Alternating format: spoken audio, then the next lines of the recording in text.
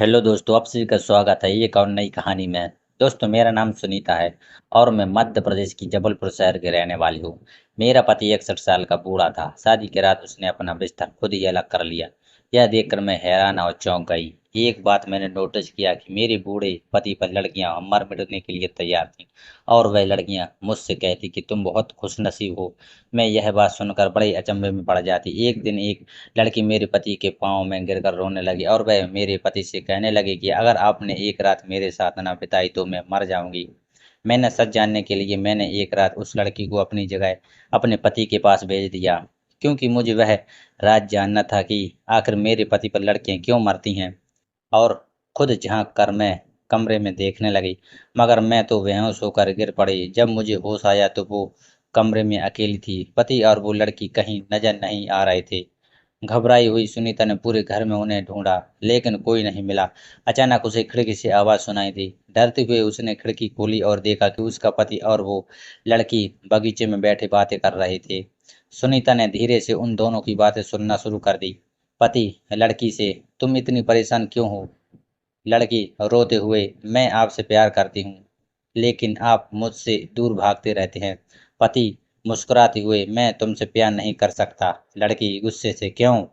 पति गंभीरता से, क्योंकि मैं पहले से ही शादीशुदा हूँ। लड़की हैरान होकर, शादीशुदा? पति, हाँ, और मेरी पत्नी तुमसे कहीं ज्यादा खूबसूरत और प्यारी है। लड़की शर्मिंदा होकर, मुझे माफ करना, मैं नहीं जानती थी। पति, कोई बात नहीं। लड़की उठकर, तो मैं चली जाऊंगी। पति, ठीक है, जाओ। लड़की चली गई और सुनीता ने राहत की सांस ली। थोड़ी देर बाद उसका पति कमरे में आया। सुनीता गुस्से से, अपने क्या किया? पति शांत स्वर में, मैंने उसे सच बता दिया। सुनीता गुस्से से, और उसने क्या कहा?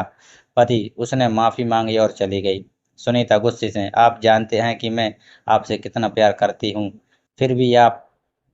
पति उसका हाथ पकड़कर, मैं भी तुमसे प्यार करता हूँ, लेकिन मैं तुम्हें कभी धोखा नहीं दे सकता। सुनीता रोते हुए, मुझे माफ कर दो। पति उसे गले लगाते हुए, तुम्हें माफ करने की कोई जरूरत नहीं है। सुनीता और उसके पति गले मिले और अपने प्यार का इजहार करने लगे। मगर सुनीता के गांव की नई नवेली दुल्हन के बारे में यह जानकर घबराहट हुई कि वह शादी के बाद सबसे पहले सुनीता के पति के साथ रातें क्यों गुजारती थी। उसके मन में कई सवाल उठने लगे। यह अजीब परंपरा क्यों थी? क्या उसका पति इन रातों में कुछ गलत करता था? क्या नई दुल्हन के साथ उसके पति का कोई रिश्ता था? इन सवालों के जवाब ढूंढने के लिए सुनीता ने गांव के बुजुर्गों से बातचीत करने का फैसला किया। उसने एक बूढ़ी महिला से पूछा, यह परंपरा क्यों है कि नई दुल्हन शादी के बाद सबसे पहले मेरे पति के साथ रात गुजारती हैं? बूढ़ी महिला ने मुस्कुराते हुए कहा, यह परंपरा बहुत पुरानी है। माना जाता है कि इससे नई दुल्हन को आपके पति का आशीर्वाद मिलता है और उसकी शादीशुदा जिंदगी खुशहाल होती है। सुनीता को यह जवाब संतोषजनक नहीं लगा। उसने सोचा, यह तो बस एक अंधविश्वास है। फिर उसने एक बूढ़े आदमी से पूछा, क्या मेरे पति इन रातों में कुछ गलत करते हैं? बूढ़े आदमी ने अपना सिर हिलाया और कहा, नहीं बेटी, आपके पति बिल्कुल निर्दोष हैं। वह सिर्फ नई दुल्हन को आशीर्वाद देते हैं और उसकी शादीशुदा जिंदगी में खुशियां लाने की प्रार्थना करते हैं। सुनीता को अब भी शक था। उसने सोचा, क्या मेरे पति इन नई दुल्हनों के साथ कोई रिश्ता है? लेकिन उसके पास इसका कोई जवाब नहीं था। वह परेशान और उदास होकर घर लौट आई।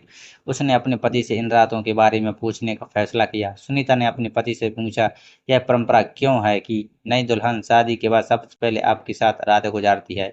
उसके पति ने धीरे से कहा, यह परंपरा बहुत पुरानी है सुनीता। यह माना जाता है कि इससे नई दुल्हन को मेरे परिवार का आशीर्वाद मिलता है और उसकी शादीशुदा जिंदगी खुशहाल होती है। फिर से सुनीता को यह जवाब संतोषजनक नहीं लगा। उसने कहा, लेकिन यह तो बस एक अंधविश्वास है। उसके पति ने मुस्कुराते हुए कहा, शायद, लेकिन यह परंपरा हमारे गांव के लोगों के लिए बहुत मायने रखती है। सुनीता अभी भी निराश थी। उसने पूछा, तो इन रातों में आप क्या करते हैं? उसके पति ने कहा, मैं सिर्फ नई दुल्हन से बातें करता हूँ, उसे सलाह देता हूँ और उसे अब हमारे परिवार में स्वागत करता हूँ। सुनीता को अब भी विश्वास नहीं हो रहा था। उसने कहा, लेकिन लोग तो कहते। उसके पति ने उसकी बात काटते हुए कहा, लोग जो कहते हैं उस पर मत जाओ सुनीता, मुझे तुम पर पूरा भरोसा है। सुनीता ने अपने पति की आंखों में प्यार और ईमानदारी देखी। उसे एहसास हुआ कि वह मुझसे झूठ नहीं बोल रहा था। वह शांत हो गई और उसने माफी मांगी। एक दिन सुनीता हवेली के विशाल बगीचे में अकेली टहल रही थी। तभी एक अजनबी लड़की उसके पास आई। लड़की ने रोते हुए कहा, बहन, मैं तुम्हें एक भयानक सच बताने आई हूँ। सुनीता ने चौंकते हुए पूछा, क्या बात है? लड़की ने कहा, गांव के सभी लोग आपके पति के कर्ज में डूबे हुए हैं। आपके पति से सभी लोगों ने बहुत बड़ी रकम उधार ली थी और अब वह पैसे वापस नहीं कर पा रहे हैं। सुनीता के पैरों तले जमीन खिसक गई। उसने पूछा, लेकिन ये सब कैसे हुआ? लड़की ने कहा, आपके पति के दादाजी इस गांव के बहुत बड़े जमींदार थे। उन्होंने ही सभी को कर्ज दिया था। अब गांव के लोग इतनी बड़ी रकम वापस नहीं कर पा रहे हैं। सुनीता को गुस्सा आने लगा। उसने कहा, लेकिन मेरे पति ने मुझे कभी नहीं बताया। लड़की ने कहा, वे शायद आपको परेशान नहीं करना चाहते थे। फिर लड़की ने एक और चौंकाने वाली बात कही। उसने कहा, गांव में एक अजीब परंपरा है। जब कोई व्यक्ति कर्ज चुकाने में असमर्थ होता है तो उसकी पत्नी को एक रात के लिए जमींदार के साथ बितानी होती है। सुनीता का दिल दहल गया।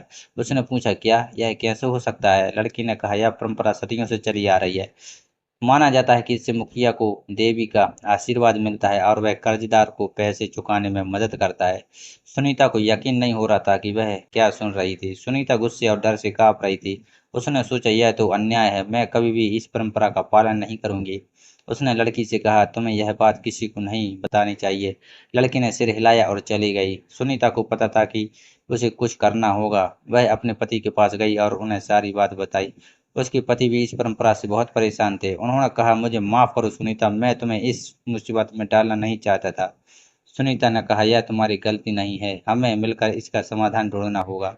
सुनीता और उसके पति ने रात भर बातें की और एक योजना बनाई। सुनीता ने कहा, गांव के लोगों को बताऊंगी कि यह परंपरा गलत है और इसे बंद कर देना चाहिए। उसके पति ने कहा, लेकिन वे तुम्हारी बात नहीं मानेंगे। वे इस परंपरा पर सदियों से विश्वास करते आए हैं। सुनीता ने कहा, मैं उन्हें सच बताऊंगी। उसके पति ने सिर हिलाया और कहा, ठीक है, मैं तुम्हारा साथ दूंगा। अगले दिन सुनीता ने गांव के लोगों को इकट्ठा किया और सभी को बताया कि यह परंपरा गलत है और इसे बंद कर देना चाहिए। गांव के लोग पहले तो सुनीता की बात पर विश्वास नहीं करते थे, लेकिन जब उसने सबूत दिखाए तो वे मान गए। उन्होंने माफी मांगी और कहा कि वे इस परंपरा को अब कभी नहीं मानेंगे। सुनीता और उसके पति बहुत खुश थे। उन्होंने गांव के लोगों को धन्यवाद दिया और घर वापस आ गए। इस तरह सुनीता और उसके पति ने अपनी बुद्धि और साहस से भयानक परंपरा से मुक्ति पा ली। इस कहानी से हमें सीख मिलती है कि अंधविश्वासों और कुरीतियों का विरोध करना जरूरी है। सच्चाई और न्याय के लिए हमेशा आवाज उठानी चाहिए। तो दोस्तों, कहानी कैसे लगी कमेंट बॉक्स में जरूर बताएं। धन्यवाद।